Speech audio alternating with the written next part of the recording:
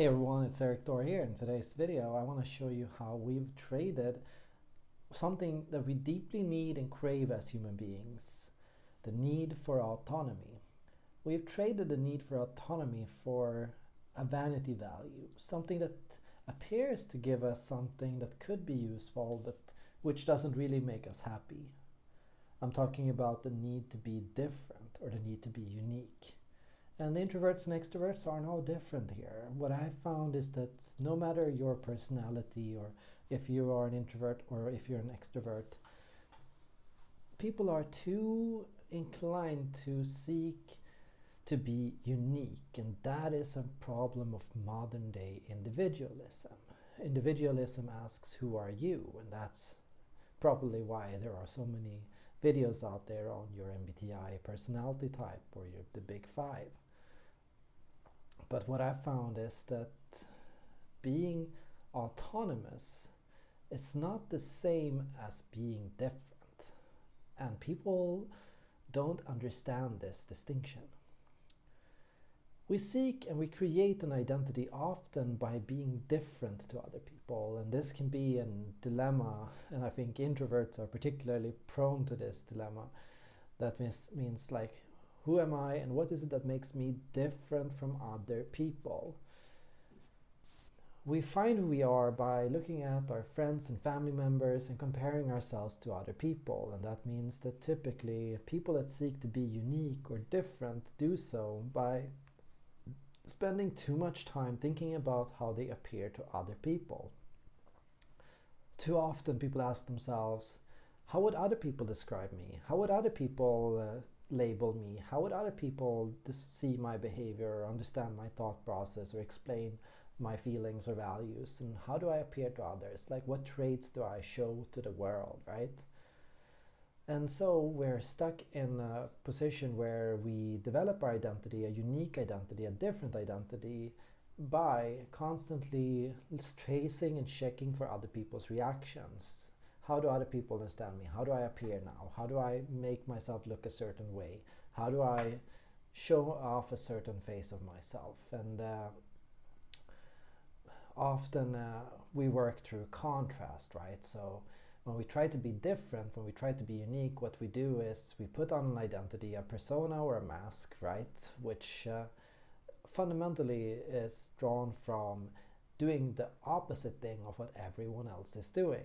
Finding your skill, your ability, your interest, your hobby, which is different from all the hobbies of all your friends and all your family members and your co-workers. Finding a unique style of making decisions, thinking, playing, all those things, right? And this is not just a pathway to being different, it's a pathway to being alienated, right? Because every such effort will also lead you towards becoming more and more cut off from others. You build up your own identity by essentially increasing the distance between yourself and other people.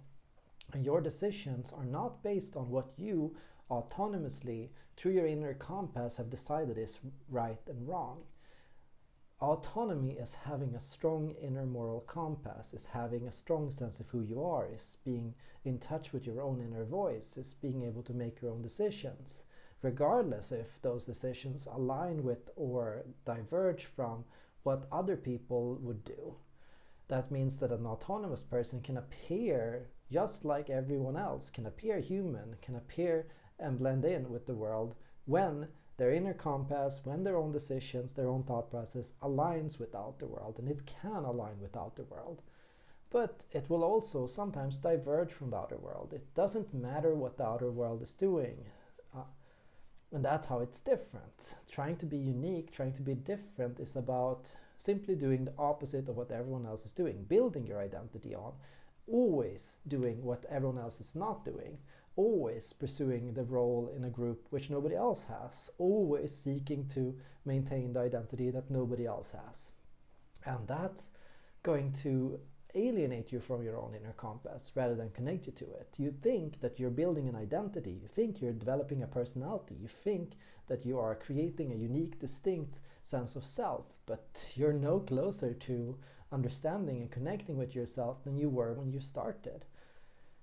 The only way to connect with yourself, to develop autonomy, is to listen to yourself, to journal, to reflect, to meditate, to actively listen to your own inner voice, to follow in on and to make and ask yourself, what do I want? What do I feel about this? What decision would I make in this situation? How would I solve this problem? Yeah, it comes down to a thought process where you decide that your own thoughts, your own opinions matter to yourself, and you decide that you're going to follow and through on and speak out for and express those opinions to the outer world. Yeah, there is often an antagonism between the inner self and the outer world, right? We tend to identify with and believe that we have an inner self, which is us, and then we have an outer world, which is other, somebody else. But your mind is not just your inner self or your own identity or how you see yourself, but you are just as much your worldview, your externalized outer self. Essentially everything that you believe about other people, your friends, family, your co-workers, your workplace, and the place or city that you live in is a story that you told yourself, and that story is based on your own inner self. You are the totality of both the inner and the outer. You are as much your inner experience as your outer worldview. And so nothing that you say about other people is really, or really has to be, it can be accurate, but it doesn't have to be accurate. It doesn't have to be objective. And regardless if it is objective or not, it says a lot about you and your own mental state and how you feel. So if you tell a story about your partner as being a cold kind of person, you're also telling a story about yourself in relation to that, and everything you say about others says something about who you are and how you see yourself, right? So be mindful of that, and every time you say something about somebody else, oh, he's so slow or so shallow or so superficial, ask yourself this: what am I trying to tell myself about myself? Well, most likely you're trying to tell the story of yourself as intellectual or intelligent or deep or profound, and you're doing so through the contrast of saying that other people are stupid. And this has nothing to do with how other people are, it's just a matter of how you see yourself. And so the ultimate question here is, how can you cultivate a deeper sense of autonomy? And how can you move away from the desire to be different and unique? Ask yourself this: why am I trying to be different or unique in the first place? And what do I get from trying to be different and unique? What is it giving me? I think many people hope that by being different and unique, they will gain some kind of approval from other people. It might not be the kind of approval which is like, good job, but it's the kind of approval as in, wow, this person can do things I can't, or this person is able to be different or to stand out. And it can be a sign of when your anima or animus, like your externalized self or other, is based on or is wrapped in negative bias, right? So if you're in a process where you are struggling through traumas, anxieties, worries, negativity, doubts, right? You'll often create and summon or manifest an anima or animus or outer self that is negative in its connotations, right? You'll say that the outer world is full of simpletons, shallow people, lazy people, stupid people, mean people, you know, you'll say all these things, right? And your own opinions about these things say a lot about your mental state, right? So how you feel about yourself and how you feel in general.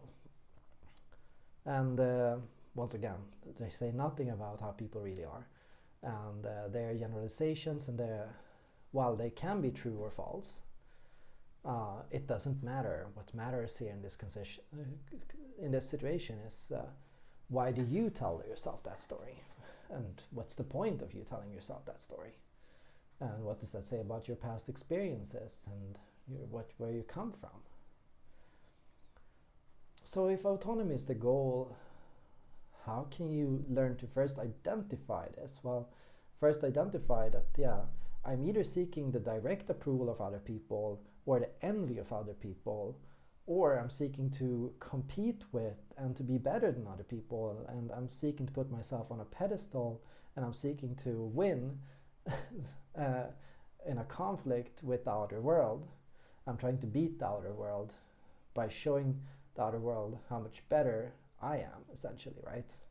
Which is a kind of a hopeless power fantasy, right? Because a hopeless power fantasy, because the only way the outer world is that way is because you are the way you are, right? And if you don't change who you are, the outer world is not going to change who it is or what it is, right? So it's probably realizing the futility of it and thinking about like how, you know, likely is it that my way or my strategy or how I'm living or what I'm doing is going to help me. And then it's going to, how can I connect with and develop a real autonomy? How can I really get to know myself and my own inner compass? How can I know what I want? And here I've developed a method which is so simple in its name. And you know, psychology in its core should be simple. It's just ask yourself yes and no questions. Should I go out today? Yes or no? And go with the first thing that you think about. If your thought goes to yes, then go yes.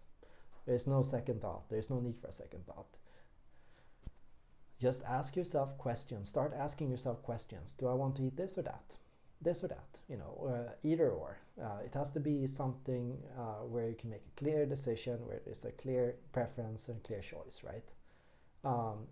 Not something abstract or vague. It should be something real, easy to understand, that your compass can just gravitate towards. Develop that inner compass, that inner ability to say yes or no. And after you've gone and done that thing, when you come home, reflect on and write down, what did I think about this? Or make a video, record a video where you talk about how you feel about it. That's, I think, the starting point to autonomy. And it's a process. You'll find that sometimes you, once again, start craving to be different or unique or rare or weird, and you sometimes still get attached to that misfit stage, right? And you still pride yourself on it to an extent. So it will take a long time to really disarm that, and hopefully, you know, no matter what, you know, we're all weird, and if you pursue autonomy, you're gonna still be weird. You're still gonna be different. Just like everyone that is autonomous is going to be different, but you're going to be it not by choice but by pure coincidence, and that's the best way to be weird. Any other way, if you try to be weird by force or by choice, it just becomes a weird copy or imitation of the real thing. Thank you so much for watching, and see you all in the next video.